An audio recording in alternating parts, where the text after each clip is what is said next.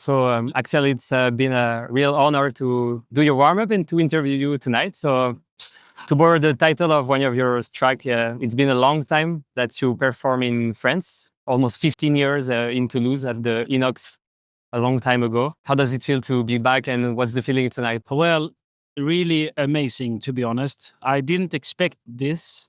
That was tonight. I think that the crowd here was incredible. And whatever was created in Toulouse tonight is something I'm going to remember. It's funny that you mentioned Inox.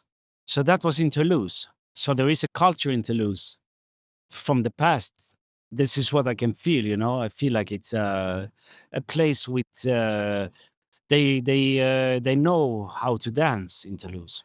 And what made you say yes to the Poney Club for the first time? What makes, in general, what Well, makes you say yes to a show that in a new place you never done? I mean, I always want to play in France because I love the French language. I don't understand the French language, but I think it sounds great. I've been working on a French song because I always wanted to have a French song in my life. You played it tonight. Yeah. So I was like, listen, I'm going to work on a French song and I'm going to play it at this place in Toulouse, Poney Club. So this was the idea. And what is the special connection you have with France, musically or in general, personally? There's this French song called Ella Ella. Oh, yeah. This is like one of my childhood songs. Okay. Yeah.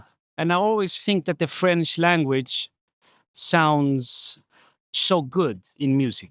Can you tell us a bit more about the new track that you just... Yeah.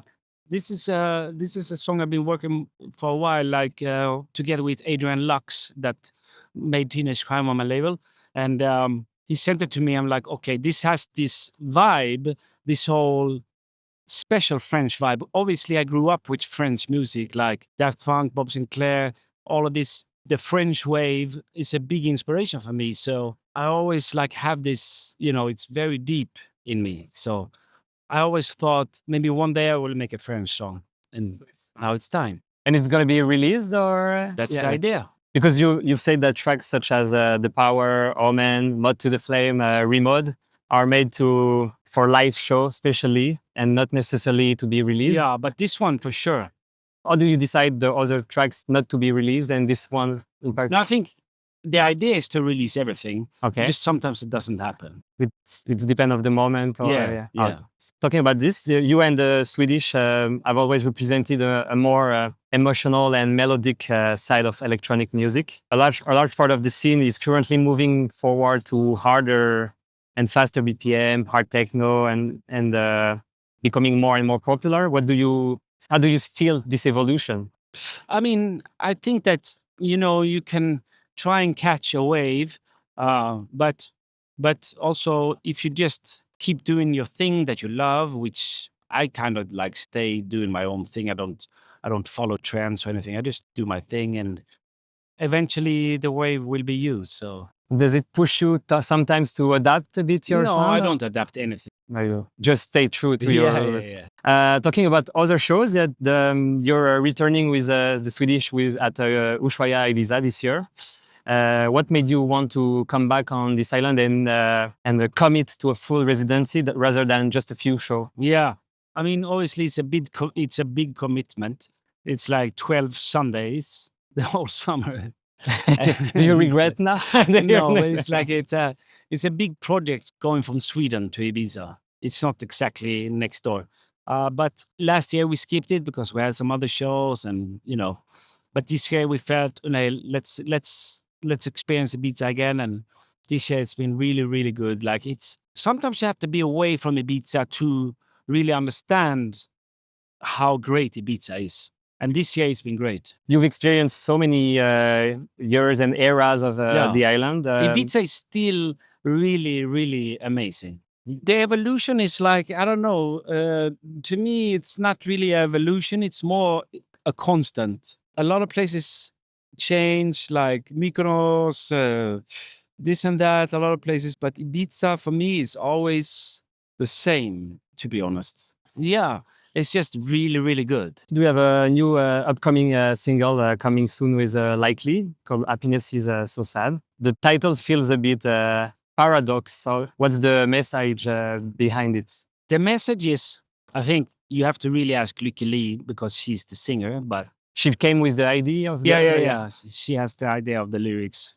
But we always like lyrics that sticks out, that says something special, and this does that. So it just felt like now is the time for Swedish House Mafia and Lykke Li to do something together. After all of this year, does the creative process between the three of you work? It's still the same. We always work together and we appreciate each other and we respect each other's opinions. And yeah, it's just Swedish House Mafia. We can't explain it. Can you say, like, for example, the process of working together in the studio, or you Well, in work the in studio- your part and You know what? The important thing about Swedish House Mafia is that we do also individual stuff so that we have something new to bring to the table when we work together. That's important. you launched Superman with the Sebastian Ingrosso and Steve Angello. After working with major label for many years, what does owning your own label change to you? I mean, I guess it's more just to be able to decide everything, just to know what is happening when you release music, because sometimes it's a bit of a mystery what happens when you release a record. Like you don't exactly know what's going on, but if you do it yourself, you know exactly what's going on. And you say, like, send us a demo. Yeah. And how far do you want to take it for maybe the young? Yeah, we want to, like, please, like we are so open to hear everything. We want to experience everybody making music. You've performed on some of the biggest stage in electronic dance music. Is there anything still that dream for you, or collaboration you never done? Well, you know, to be honest, like I said before, I always wanted to make a French song. So it's part of this Yeah. kind of Yeah. special project. To make a French song, and I'm gonna keep working on it because La Luminaire, you know what I mean? Like this lyric, I don't know if you heard it, but it's really relatable. I don't know French, but I use translate to to understand what she's saying. But I think it's a really special summer song, and I always wanted to make a French song. So this is one of my goals. And you just released also Whatever Turns New On at a bit faster BPM than usual, like 132 something. It's not so fast. It's 130. Normally it's 128, so it's not. So what's happening with your sound? Is it going more? No. It's going up and down all the time. It needs everything for a good set. Yeah. Whatever fits the song. People often call you the professor. What would you like to pass on through your music? I don't know. Like the whole thing about that is like, I don't know. I like to get really into the technical side of things, but sometimes it's not good to be too technical when you're writing a song. So like you really need to separate those two things. I was never really good at that. It's a bit of a problem for me. So I would say first be just creative and write and just feel and be in a flow state, hopefully. Then later you can professor the shit out of yourself with the sound design and stuff. And we ask often to the other producer, what's the importance of AI in their process currently? What's your vision about it at the moment? There's not really any. I mean, I tried sooner. It's like fucking difficult. I'm like, you can't. It's like, after a while, you just give up and it's like, fuck it, I'll just do it myself. You know, You to be prefer honest. still to Yeah.